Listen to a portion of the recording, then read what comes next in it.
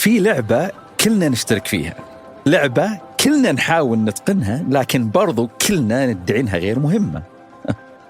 ندعي إن إحنا أكبر منها وما تعنينا، ندعي إنها لعبة للنرجسيين واللي عندهم عقدة نقص. هذه اللعبة نمارسها في المصعد والكافيه والاستراحة والدوام، لعبة ما نقدر ننسحب منها أصلاً. وهذه اللعبة بدت منذ بدء الخلق عندما حسد إبليس آدم.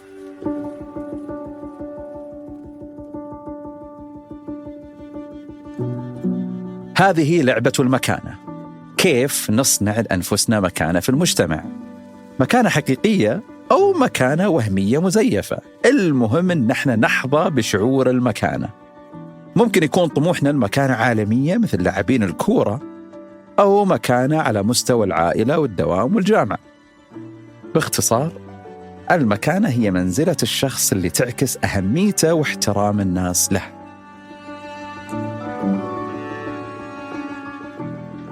أنا محمد الحاجي، وهذا بودكاست آدم لفهم أنفسنا وفهم الآخرين سعياً لحياة أفضل.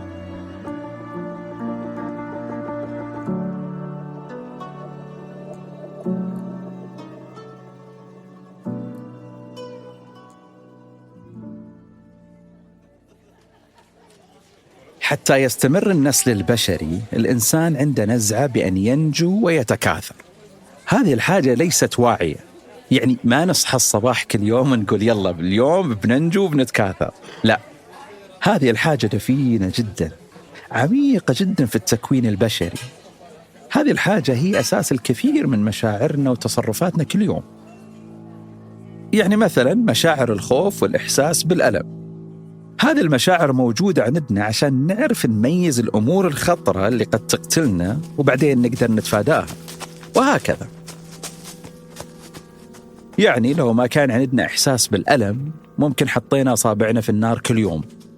وهذا فعلياً اللي يصير للمصابين باضطراب عدم الإحساس بالألم، وهو اضطراب نادر جداً. المصابين بهذا الاضطراب غالباً يموتون أثناء الطفولة بسبب الإصابات، وأغلبها الحرق. إذن السعي للنجاة هو سر بقاء الإنسان. وطبعاً الإنسان ما يقدر ينجو لو كان لوحده، لأن الحياة أصعب وأخطر من أن يسيطر عليها الإنسان بمفرده. ومن هنا نادى زكريا ربه: ربي لا تذرني فردا وأنت خير الوارثين. فعند الإنسان حاجة دائما أنه ينتمي لقبيلة، لعائلة، لمجتمع، لأن هذا الانتماء يحقق شرطين ضروريين جدا للنجاة. الشرط الأول هو الحماية من المخاطر، والشرط الثاني هو تقديم الرعاية والعناية والاهتمام. تصور لو أنك لحالك في صحراء الربع الخالي، أو أنك مريض لوحدك، غالباً بيكون فناؤك سريع ومأساوي مقارنة بشخص آخر يعيش مع عائلته في النماص. نحن نحتاج لمجتمع ما، ونحتاج للآخرين. هذه مسلمة بكل ما نعرفه من أدلة الآن. وتكلمنا في حلقة سابقة عن موضوع الإقصاء والرفض من الآخرين اللي ممكن يقتل الإنسان فعلياً. ممكن ترجعون للحلقة في الوصف. الإنسان كائن اجتماعي بفطرته. حتى من يدعون العزلة والنأي أو سماتهم انطوائية يكون عندهم مجتمع ما، سواء مجتمع كبير مثل القرية والوطن، أو مجتمع صغير مثل رابطة مشجعي الكورة، أو عصابة إجرامية، أو نادي قراءة. المهم أن يكون لدينا انتماء لمجموعة ما. ولأننا نحتاج لمثل هذا المجتمع، صار من المهم جدا أن احنا ننتبه لمكانتنا وعلاقتنا مع أفراد هذا المجتمع. فبدر صاحب العلاقات الطيبة مع الآخرين سيحظى بمحبة ودعم واهتمام وحماية أعلى مقارنة بزيد الشخص العدائي المنفر. ولهذا قال الشاعر العباسي الباهلي: وما اكتسب المحامد طالبوها بمثل البشر والوجه الطليق.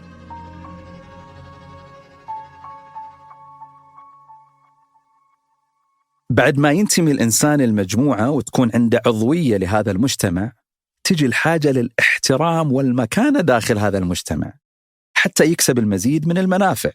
ففي دراسة لأكثر من 150 مجتمع، اتضح أن أصحاب المكانة الرفيعة ثرواتهم أعلى، زيجاتهم أكثر، حتى تغذية أطفالهم أفضل. وهذا مفهوم. فصاحب المكانة يحصل على امتيازات خاصة مقارنة بعموم الناس. صاحب المكانة عنده الأولوية والأسبقية للفرص والموارد.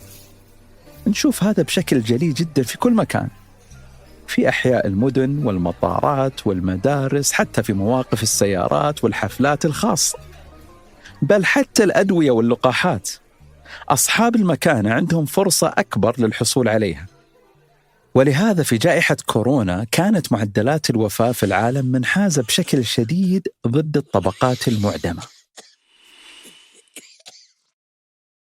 طلعت وقلت اليوم أنا لو كنت روان العادية اللي عايشة عند أهلها وتدرس في الجامعة، مستحيل أسافر بيزنس كلاس، مستحيل أسافر فيرست كلاس، مستحيل بابا يوديني بوردو لاغوز ويدفع لي طاولة ب100,000 يورو ولا 200,000 يورو، مستحيل كل أسبوع بابا يوديني شانيل بوتيك ويشتري لي شيء أو يلبسني عقد ب1,000,000. مو بس مكاسب مادية، المكانة تزودنا مشاعر التقدير والتكريم وقبول الآخرين لنا، لدرجة أن صاحب المكانة نحتفي به حتى على الأشياء التافهة، وتصير لمسات البسيطة وتعليقات العادية محط إعجاب وإجلال مبالغ فيه فقط لأنها جات منا. ونشوف هذا في السوشيال ميديا وفي الاجتماعات في الدوام. نفس الفكرة تطرح من شخصين، لكن لما يقولها صاحب الصيت العالي تكتسب معاني أعمق، سبحان الله.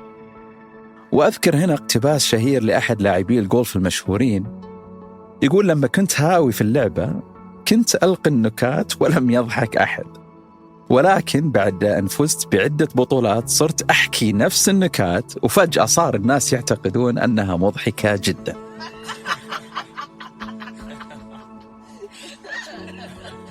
وفي صورة ذهنية عن صاحب المكانة، نعتقد أنه صاحب كفاءة وشطارة حتى لو ما نعرف عنه أي معلومات غير مظهرة.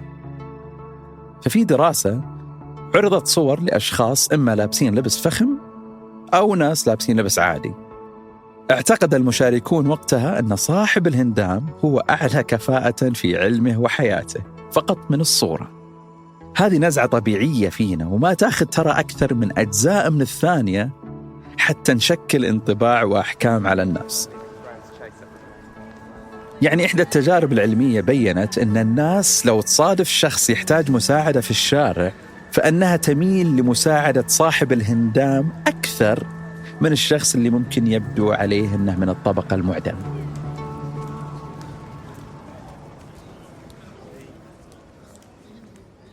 في رأيي أعتقد أن أحد أبرز مكتسبات المكانة هو في الحرية المسموحة لأصحاب المكانة.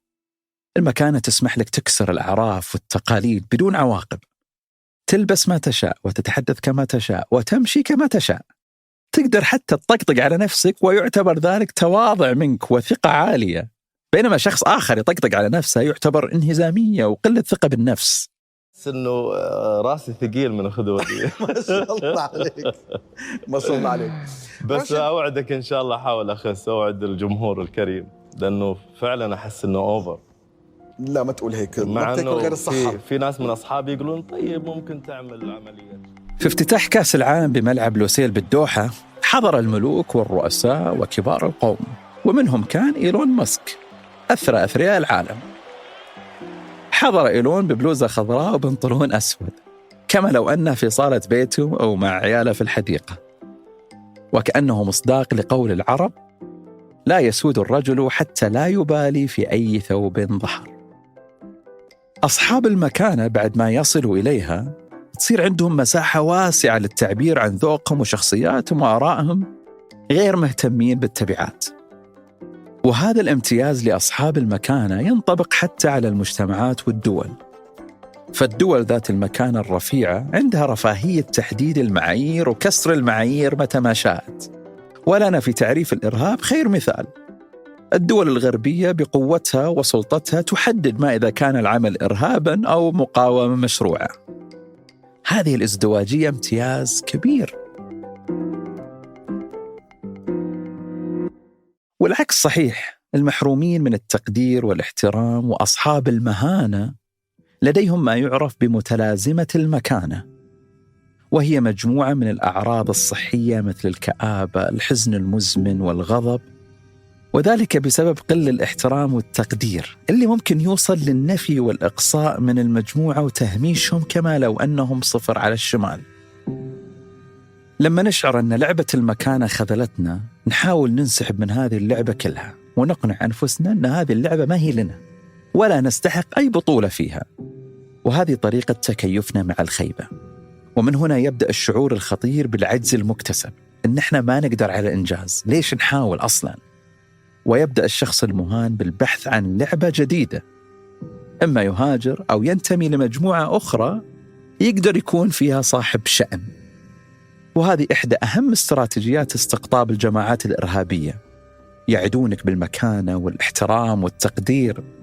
وكما يقال: الطفل الذي لا تحضنه القرية سيحرقها كاملة ليشعر بالدفء. الإهانة تقابل بالعنف. أغلب السجناء عندهم سجل من الإهانات منذ الطفولة. 87 من كل 100 حالة قتل جماعي في أمريكا سببها الشعور بالإهانة. فقلق المكانة يطارد الإنسان ما بقي حياً.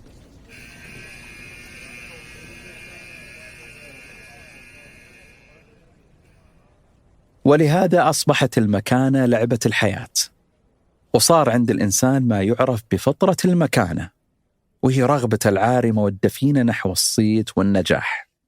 حتى بين الأنبياء، كما في دعاء سليمان عليه السلام: قال رب اغفر لي وهب لي ملكا لا ينبغي لأحد من بعدي إنك أنت الوهاب. هذه الفطرة تبدأ من الطفولة. ففي دراسة تبين أن 90% من جدالات الأطفال تكون على توزيع الألعاب بينهم. هذه الألعاب ممتلكات تحدد المكانة داخل الحضانة.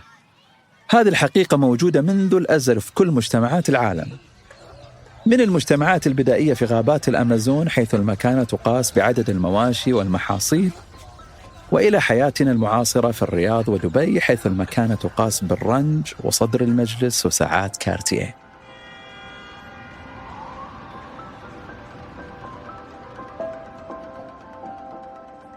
طيب كيف نقدر نفوز في لعبة المكانة؟ في 3 مسارات. أولاً، لعبة الهيمنة، وهنا يكتسب الشخص المكانة عبر السلطة والقوة والتخويف والعنف. وهذه اللعبة اللي كانت سائدة عند البشرية سابقاً، حيث كان البقاء للأقوى. والآن كذلك الكثير من مجرمي العنف ارتكبوا جرائمهم لكسب المكانة في مجتمعهم، حيث يقول أحد المجرمين: لم أحصل على هذا القدر من الاحترام من قبل في حياتي كما فعلت عندما وجهت مسدساً إلى وجه شخص ما. وبنفس قواعد لعبة الهيمنة انطلقت حملة المرشح الأمريكي الرئيس السابق دونالد ترامب، اللي سماها لتعود أمريكا لأمجادها العظيمة. هذا مثال على استخدام الهيمنة لفرض المكانة. We will make America strong again. We will make America wealthy again. We will make America proud again. بعد استقرار الإنسان وتكون المجتمعات صارت العلاقات الاجتماعية مهمة، لذلك صار من المهم التحلي بقيم التعاون والتكاتف والمثل العليا بين الناس. ومن هنا بدأت اللعبة الثانية، لعبة الفضيلة. صار اللي يملك الفضائل ومكارم الأخلاق يعتبر من أصحاب المكانة. الكذا تشوف أغلب النباتيين حريصين جدا على إبراز معلومة أنهم نباتيين في حساباتهم في السوشيال ميديا أو في حديثهم مع الآخرين، لأن فكرة النباتية تعتبر رمز للفضيلة والتقدم والاهتمام بالكوكب وغيرها من الأفكار التنويرية العصرية. فكرة تعطيك مكانة اجتماعية وصورة ذهنية رائعة عند الآخرين.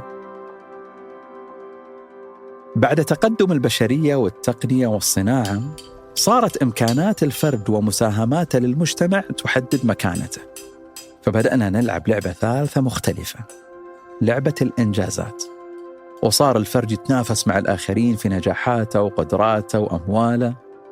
ومن هنا صار لقب المهندس نوع من البرستيج مثلا، لأن هذا اللقب يعطي أفضلية متصورة في أذهان أصحابها ويعطي مكانة متوقعة في المجتمع، إلى أن صار يكتب على بطاقات الزواج الحين: يسعدنا تشريفكم لزواج ابننا المهندس كذا وكذا.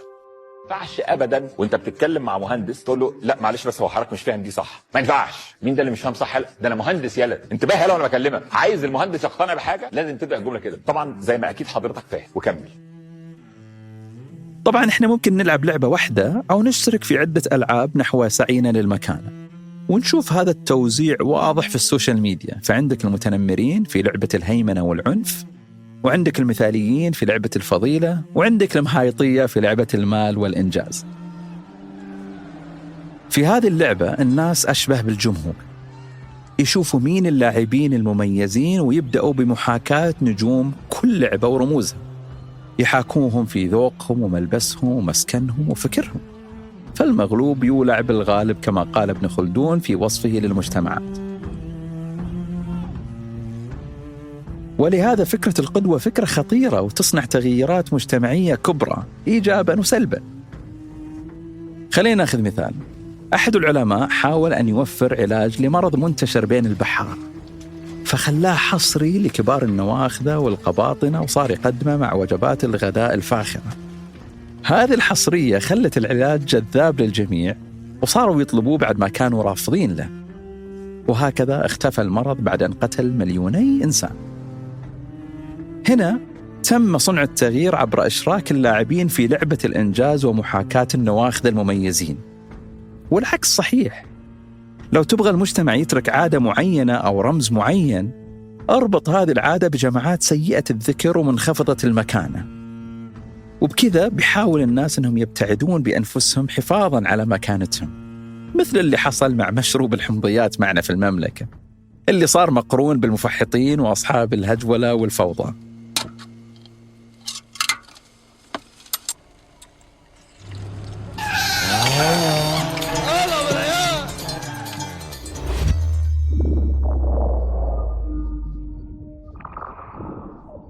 بما أن المكانة شيء يعطيك إياه المجتمع، صار لازم تكون معنا أداة معينة تعكس مكانتنا للناس عشان يعرفونا ويعرفوا قدرنا ويسبغون علينا الامتيازات والمعاملة الرائعة. ومن هنا جاءت إشارات المكانة status signaling. الإشارات هي أداة لإيصال مكانة الشخص عبر رموز معينة، مثل الطير اللي ينفش ريشة لجذب الشريك والتزاوج، أو الشخص اللي يلبس طقم براند من فوق لتحت. هذه كلها إشارات للمكانة. وعشان نحافظ على مكانتنا لازم نفهم هذه الرموز بشكل جيد، فهي اللي تفسر أغلب سلوك الناس في الحياة اليومية. قول السعر ولا ما قول السعر. طيب تقريبا 200 ريال. تمام. البنطلون برضو من زارا. حلو. تقريبا 200 ريال. تمام. التيشيرت من بروك براذرز أمريكا. طبعا هذه الرموز لازم تكون معروفة للجميع والجميع متفق عليها ضمنيا، مثل قوانين المرور، أنت تمشي يمين وأنا يسار. إحنا نتعلم هذه الرموز من مجتمعنا عبر ما يعرف بتأثير الحرباء، الحيوان الزاحف اللي يتغير لونه حسب البيئة من حوله. إحنا كذلك نضبط سلوكنا حسب ما نتعلمه من البيئة بما هو مقبول وما هو مرفوض، إلى أن تصبح هذه الرموز عادات وتقاليد. وكل لعبة لها رموزها، التجار لهم لعبة، الرياضيين لهم لعبة، طلاب الجامعة لهم لعبة، والمجتمع ككل له لعبة. يعني في بعض المجتمعات عندنا عيب تجلس تاكل بعد ما يقوم ضيفك. وعندنا مثال آخر لبس العقال في مجتمع طلبة العلم الشرعي. هذه كلها رمزيات يجب نفهمها جيدا لأنها تشير إلى مكانتك وفهمك لقواعد اللعبة. وضع العقال فوق الرأس حرام أو شبهة؟ وإذا كان جائزا لماذا لا تلبسونه؟ ليس حراما ولا شبهة، بل هو للسعوديين فخرا. لكن جرت العادة من عهد أبي يوسف قاضي القضاة في زمن العباسيين أن أهل العلم لهم رداء يتحلون به يعرفون به عن الناس.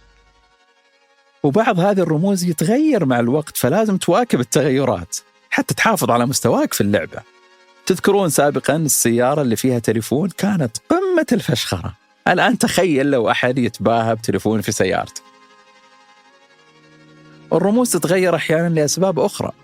إذا انتشر الرمز بين الناس من مكانة أقل، يقوم النخب بتحوير وتغيير رموزهم لأنها أصبحت سهلة ومتاحة للعموم، مثل اللي حصل مع بيربري انتشرت نقشتهم الشهيرة في أسواق التقليد، فصارت الشركة تسحب رخصة التصنيع من الكثير من التجار حتى لا يفقد شعارهم ونقشتهم بريقها المعروف.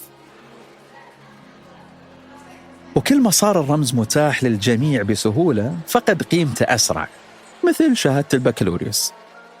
سابقاً كانت رمز للمتعلمين والعوائل الراقية، لكن الآن بما أنها صارت شائعة جداً أصبحت لا تعكس أي شيء عن المكانة، وصرنا نلجأ للدراسات العليا كإشارة بديلة لأنها أكثر ندرة.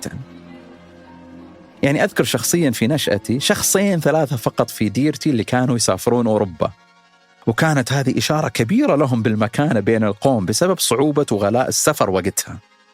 لكن الآن حتى طلبة الثانوية يسافروا يحضروا مباراة في أوروبا ويكنوا ويرجعوا، فهنا تلاشت رمزية السفر للمكانة.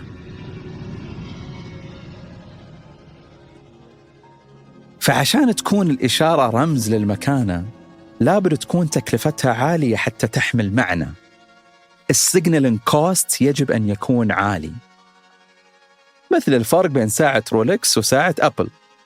رولكس كلفتها عالية فما زالت ترمز للمكانة، لكن ساعة أبل ورغم أنها شائعة حتى بين الوزراء لكنها انتشرت بين عموم الناس، لذلك لا تعكس مكانة صاحبها بالضرورة. فلذلك الآن وبعد انتشار السيارات الفارهة بين الناس انتقل التنافس من السيارات إلى لوح السيارات حتى نقدر نميز الأعلى مكانة فالأعلى. وبدأ اقتصاد كامل الآن للوح السيارات، وقبل أشهر بيعت لوح ب4 مليون ريال. حرب 4 وحدات فتح مزاد 500 ريال، 5000 ريال، 10,000، 20,000، 30,000، 50,000. كلما علت تكلفة الرمزية كلما صارت إشارة المكانة أقوى وأثبت. فمن يريد أن يعكس مكانته ينبغي أن ينتقي إشاراته بعناية، لا تكون إشارات رخيصة وسهلة فهذه أثرها عكسي وتكون صرخة استغاثة لجذب الانتباه ليس إلا.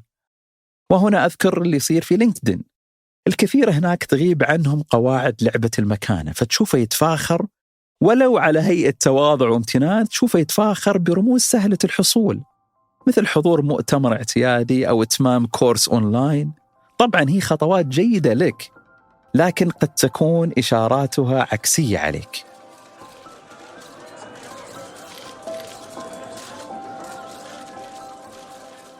فكرة تكلفة الإشارة تنطبق حتى على السلوك والتصرفات والمواقف. أني أصادفك في كافي وأعزمك على قهوة هذا لا يعكس سمة الكرم فيني لأن التكلفة بسيطة، لكن لما أذبح لك آخر الإبل والغنم عندي مثل ما ينقل عن حاتم الطائي وقومه، هذا يعني أن التكلفة عالية جدا وأني بالفعل بمكانة الكرماء.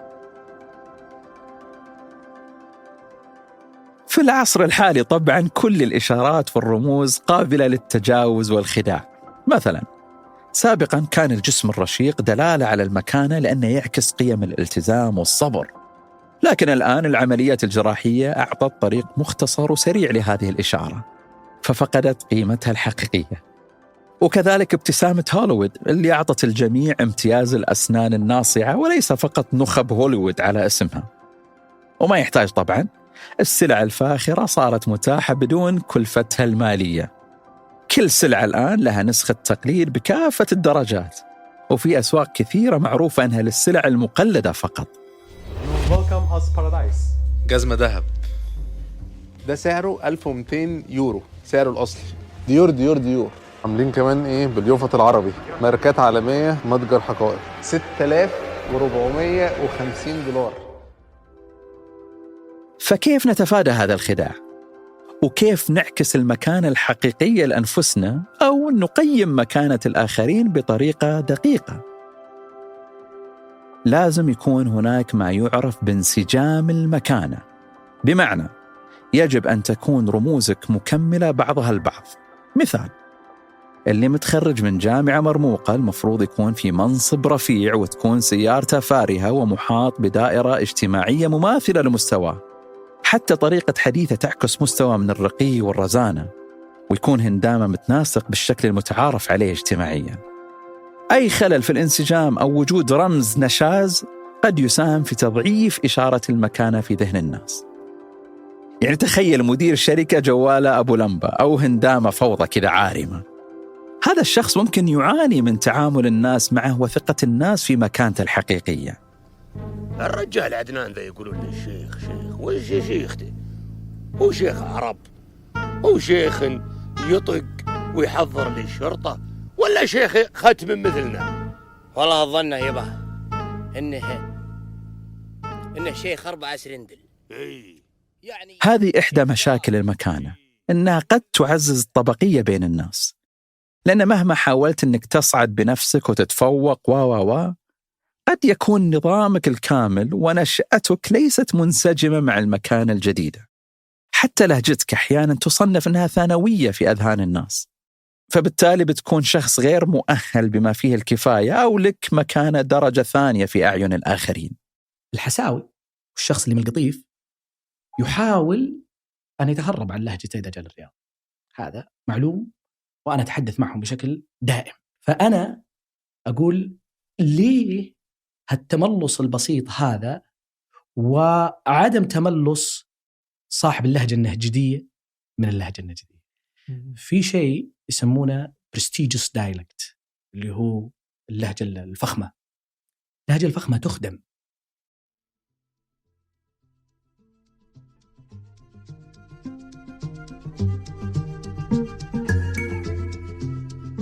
طبعا مثل ما شفنا إشارات المكانة ممكن تكون في أصغر التفاصيل، في طريقة المشي والجلسة واللهجة، كلها ممكن تكون إشارات للمكانة.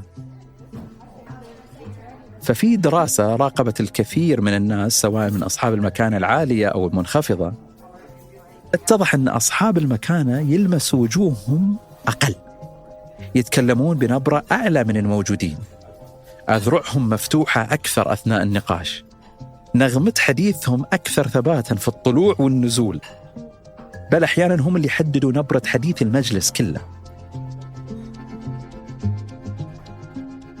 في نوع من الإشارة يعتبر وكأنه الحلقة الأخيرة وجوهرة تاج المكانة، إشارة خاصة لنجوم اللعبة وأبطالها، هي الإشارة بعدم الإشارة إطلاقا، أو ما يعرف بالكاونتر سيجنالينج، الإشارة المضادة، وفيها تشير للناس أنك فوق لعبة المكانة نفسها وفوق اللاعبين كلهم، وتتعالى حتى عن المشاركة في اللعبة، مثل الطالب العبقري اللي يرفض الإجابة على أسئلة الأستاذ السخيفة والسهلة كإشارة منه أنه فوق هذه الأسئلة وتجاوزها.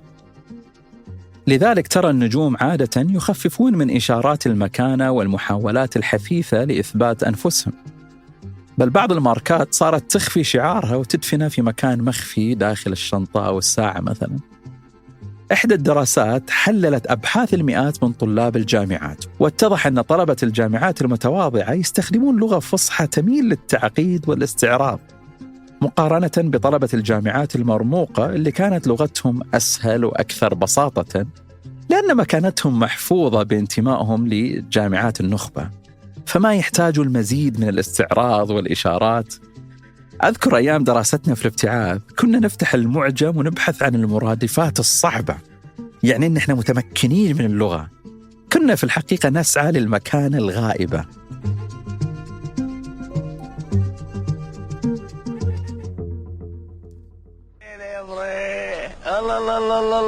Excuse me, where's my house? No. Where's my house? أقول where's my house? أقول أقول. لو تبحث في السوشيال ميديا وتشوف حسابات النخبة بتشوف أن بعضهم يعرف نفسه بتعريف بسيط جدا، لأنه خلاص ما يحتاج يعرف بنفسه. هنا يستخدم إشارة مضادة وكأنما المعروف لا يعرف. لو تشوف حساب الرئيس أوباما مثلا يعرف نفسه فقط ب4 كلمات: أب، زوج، رئيس، ومواطن. أو تشوف حساب ناصر القصبي مثلا تارك البايو فاضي تماما. هنا مثال آخر للأكاديمي السعودي الشهير الدكتور عبد الله الغذامي في استخدامه للإشارة المضادة. لم يضع يوم واحد من خبرتي العلمية، ترقيت وأخذت بروفيسور، والله لا تعني لي شيء. وأسوأ لقب يقال لي لما يقال لي الدكتور، ما أحلى لا تقول عبد الله يا أبو غادة، ما أحلى.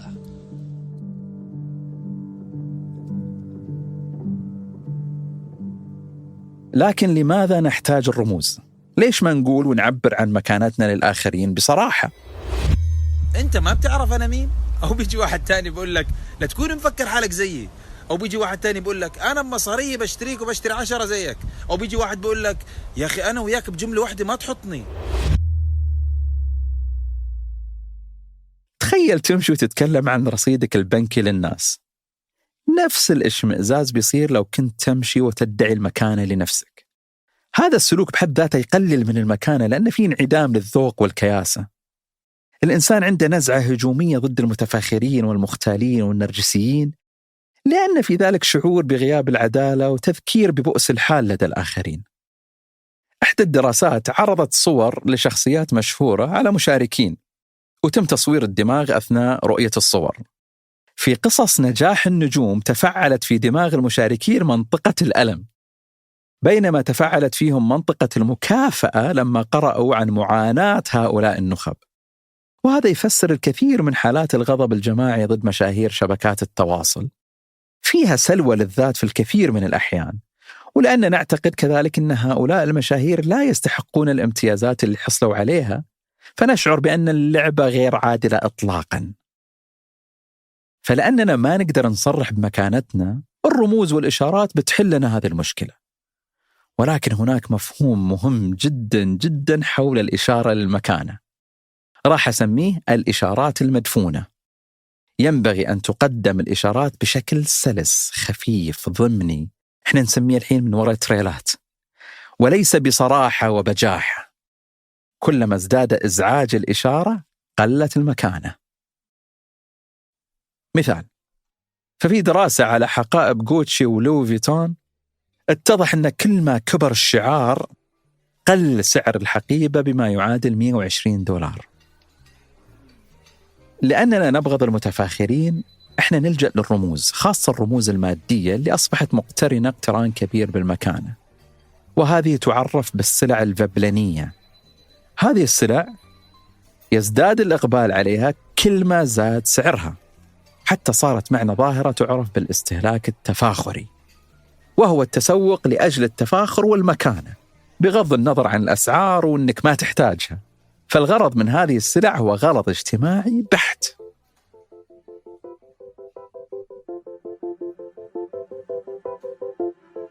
من المهم كذلك في اختيار أي رمز أن يكون معروف اجتماعياً أنه رمز مرتبط بمكانة عالية، مثل ساعات كارتيه وارتباطها بأصحاب المناصب ورواد الأعمال. من هنا مثلاً نشوف إقبال الناس على أحياء شمال الرياض، لأنها مقترنة في ذهن الناس بالطبقة المخملية، سواء عاد هذا الاعتقاد صحيح أو خاطئ ما يفرق، المهم أن الرمزية هذه موجودة في المجتمع.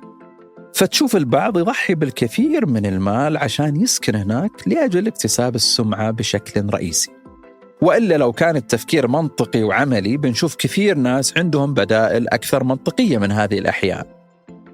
وطبعا هذا الخيار مو بالضرورة خطأ، لأن السمعة هنا وهي رأس مال اجتماعي ممكن تفتح لك أبواب وفرص أخرى وتحولها لرأس مال اقتصادي. مثلا يمديك تعرف الواحد من طريقته، من لبسه، من تعرف وين ساكن فيه. يعني مثلا أهل شمال الرياض ترتيب، ولا وكل سواليفه في البيت بشهر ميلادي ما بيجري. أغسطس، فبراير، يناير، يوليو، طوكيو، ويعرفون متى يسافرون. ترى أغسطس لندن جوها فظيع فظيع مرة، أغسطس ومارس. السوشيال ميديا غيرت قواعد اللعبة لمستوى آخر تماماً. سابقاً كانت منافسة المكانة على مضمار الحارة والمجتمع المحلي فقط، لكن الآن أصبحت المكانة سباق عالمي 24 ساعة في اليوم، وأصبحت المكانة قابلة للقياس وللتضخم أكثر من أي وقت مضى، من خلال عدد المتابعين والرتويت واللايكات اللي تعكس قوة التأثير اللي هو أهم مكتسبات المكانة. مين ما يبغى يكسب الصيت والمكانة بضغطة زر للملايين؟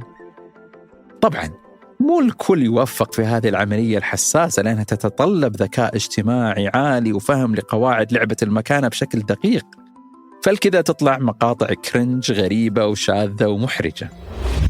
موضوعنا الدباب حقي، رحت للورشة قالوا لي ما راح يخلص لا بعد أسبوع ولا بعد أسبوعين ولا بعد 3.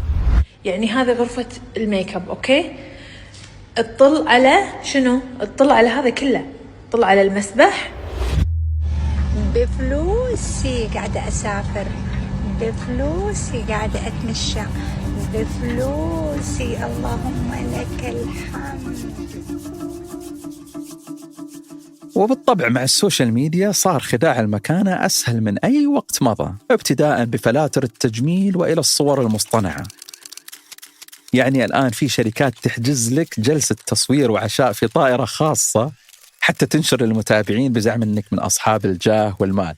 أنا عندي خوي يحب الأثرياء ويموت في سواليفهم، وحركاته حركات أثرياء، هو ما هو ثري بس حركاته حركات أثرياء، وحتى صوره في السناب كلها بنترست. احنا نعرف انه هو اخويا، نعرف انه هو، بس هو فاشخهم بنترست على انه هو اللي صقر في كوب قهوه بجنبه، ما هو نعرفه. ولأننا نعيش في شبكات التواصل مع أجانب وغرباء، صرنا نحتاج نظهر رمزيات المكانة بشكل مستمر ويومي حتى نثبت لهؤلاء الأجانب مين إحنا وقديش رتبتنا في المكانة. لكذا جرعات التفاخر متضخمة جدا في فضاء شبكات التواصل. تعالي والله العظيم اللي جبت السيارة قسما بالله. أنا خلاص قررت أسوي حتى فستان عرسي من فلوس.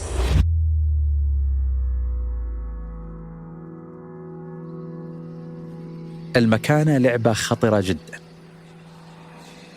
خطر المكانة إنها بيد الآخرين، ينزعوها منك متى شاءوا. فلهذا الإنسان يستحيل أن يشبع من المكانة، يريد أن يبني رصيد كافي جدا ينقذه عندما تسقطها الجماهير. رغبتنا الدفينة بالمكانة أقوى حتى من رغبتنا بالمال والسلطة. عادي نتخلى عن المال لأجل المكانة، ولهذا نقول الصيت ولا الغنى. ففي دراسة تبين أن 70 من كل 100 مشارك يفضلون منصب باسم رنان أكثر من زيادة خفية في الراتب. أحد الباحثين عمل دراسات تجريبية كثيرة يبغى يكتشف وين نقطة الاتزان والإشباع للمكانة. متى يقول الإنسان هنا ويكفي؟ لم يجد هناك أي نقطة إشباع. دائما نحتاج أكثر وأكثر، لأن المكانة مو شيء تملكه وخلاص، لا، لازم تحافظ عليها وتزيدها، لأن الناس مثل ما أعطتك قد تسلبك إياه. ولأننا نتكيف على مستوى معين من الرفاه فنحتاج أعلى وأعلى، وهذا ما يعرف بدوامة اللذة أو سكر اللذة. أشبه بالمخدرات، كل ما بين فترة تحتاج جرعات أعلى وأعلى. أحد النجوم الأجانب في مقابلة معه يقول: جربت كل أنواع المخدرات ولم أجد مثل الشهرة. ولنا في فرعون خير مثال، عندما أراد أن يتسيد لعبة المكانة فحشر قومه ونادى فيهم: أنا ربكم الأعلى. كل هذا سعيا لإشباع المكانة التي لن تشبع إطلاقا.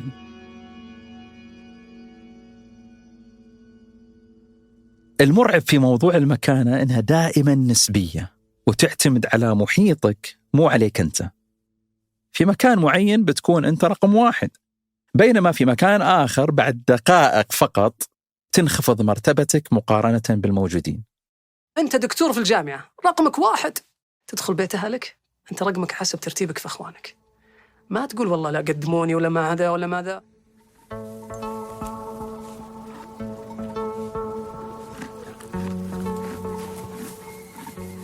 دائما يطمح الإنسان بأن يكون هو الأعلى مقارنة بالآخرين. يعني يفضل أن يكون عمدة حي في قريته على أن يكون ملكا في جزيرة نائية. ولهذا مثلا نعرف من دراسة الآن أن سعادة الشخص ترتفع بزيادة دخله، هذا شيء بديهي. لكن سعادته ما تتغير لو اللي حوله يزيد دخلهم مثله. لو حبنا للمال حب اقتصادي بحت، كان من المفترض أن احنا نكتفي بالثروة اللي تحقق لنا ضروريات الحياة من مشرب ومسكن وملبس وترفيه. لكن هذا لا يكفي، فنحن نتوق للمال حتى نكسب مكانة أعلى وأعلى، حتى نكون أفضل من غيرنا. اسمع هذه الدراسة الصادمة: سعادة الفرد تنخفض إذا عرف أن جيرانه دخلهم أعلى منه، وأن زيادة رواتب اللي حولك لها نفس التأثير السلبي على عافيتك مثل تأثير انخفاض راتبك أنت. ولهذا الإعلانات التجارية والماركات العالمية تسعى لتسويق منتجاتها لتمييزك عن الآخرين.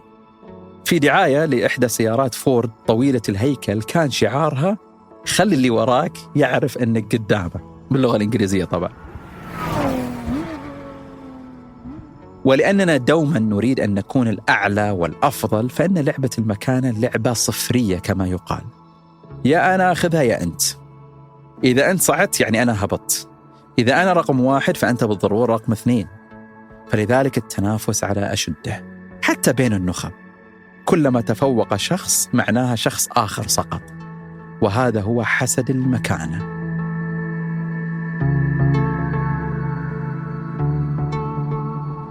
طبعا المقارنة والحسد بين الناس المتشابهين والأقران أشد، لأنها تحدث في نفس المضمار وكأنها سباق فعلي على ميدالية ذهبية واحدة.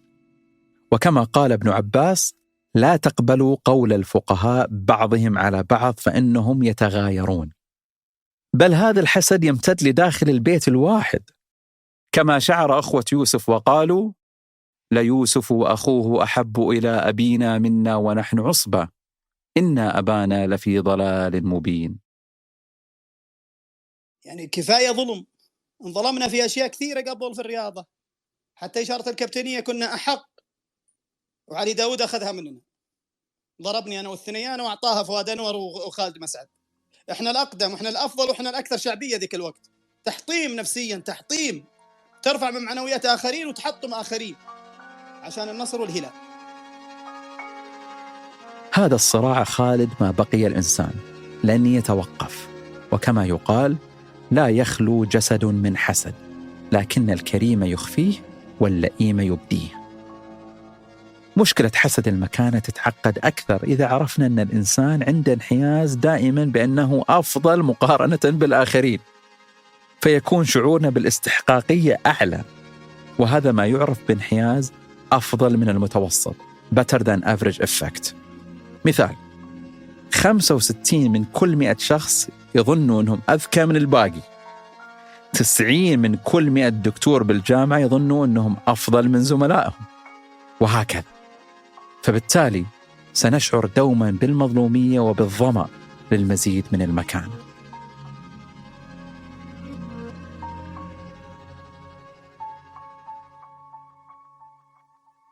في أول وظيفة لي قبل 3 سنين كنت توي فريش جرادويت، توي موظف جديد بمنصب توه مبتدئ، ولعلي كنت اجتماعي جدا، فكانت علاقتي مع الإدارة العليا جيدة جدا.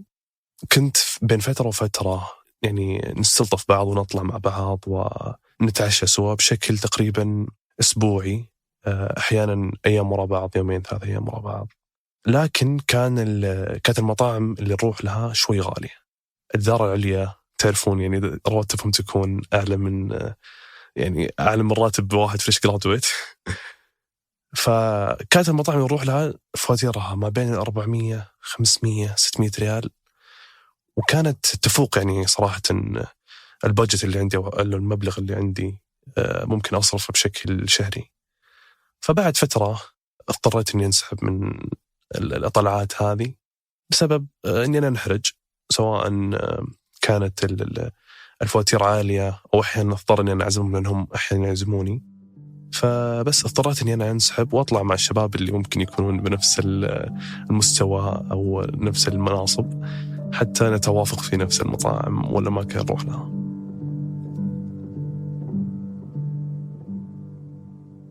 بيكون رائع لو احنا نعيش في عالم الجميع فيه يؤمن بأن أكرمكم عند الله أتقاكم، لكننا نعرف أن الإنسان ليس بهذه المثالية، ونعرف أن نفسيته هشة أمام تعقيدات الحياة الاجتماعية. ولا مين العاقل اللي يقيم إنسان آخر في أقل من ثانية واحدة حسب لون جزمته أو ترتيب شماغه؟ فلذلك يجب أن نتعامل مع لعبة المكانة بكل حكمة ونبل، حتى نضيء وتضيء حياتنا بالخير والرفعة. أصلاً اشتراكنا في هذه اللعبة ليس أمراً اختيارياً، سواء استخدمنا الرموز والإشارات أو اخترنا الزهد فيها كلها. كل شيء فينا يرسم صورتنا الذهنية لدى الآخرين، وهذه الصورة الذهنية تحدد مستقبلنا مين نتزوج، وين نتوظف، كيف يتعامل الناس معنا. وكذلك في الكثير من الأحيان بتضطر أنك ما تكون مثل ما أنت، وهذا طبيعي. فاللعبة تحتم عليك التحرك وفق قواعد معينة اتفقنا عليها جميعا. فبيئة العمل لها قواعد، الخطوبة لها قواعد، غداء الجمعة له قواعد، المسجد له قواعد وآداب و المهم ألا نغرق في لعبة المكانة. الحب عندما نفرط فيه يصبح نرجسية وتعلق. المال عندما نغرق فيه يتحول إلى جشع وبخل. السلطة عندما نهين فيها تتحول إلى جبروت وظلم. وهكذا المكانة عندما نفرط فيها ستتحول إلى لعبة خاسرة ومعركة لا انتصار فيها. نصير مثل هامستر في عجلته وقفصه، يدور يدور يدور يدور وما يوصل أي مكان.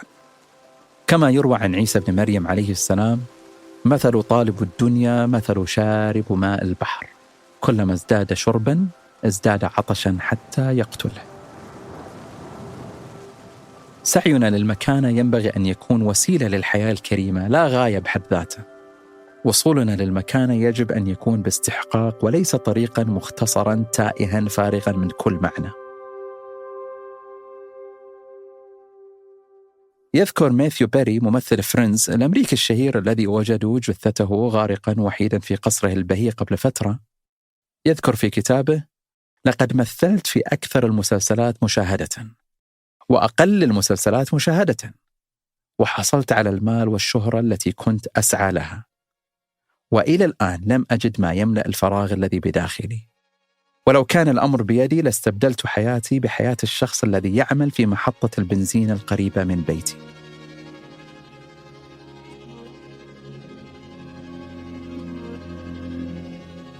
مقاومة هوس المكانة أصبحت مهمة عسيرة، فشبكات التواصل ضخمت من قلق المكانة. أغلبنا لديه ما يعرف بذعر الضآلة، أن يخاف الإنسان من أن يكون عاديا. الحياة العادية أصبحت مرفوضة، وأي شيء لا يحاكي النجوم في رفعته أصبح دون المأمول. عوائل تفرقت وعلاقات انتهت وخواطر كثير كسرت في سعي أهلها للمكانة. احترقوا في مصيدة المكانة وغرقوا في أمواج المقارنات. لعبوا ألعابا لا تشبههم، لا هم ينتمون لها ولا اللعبة تحترم المتطفلين عليها.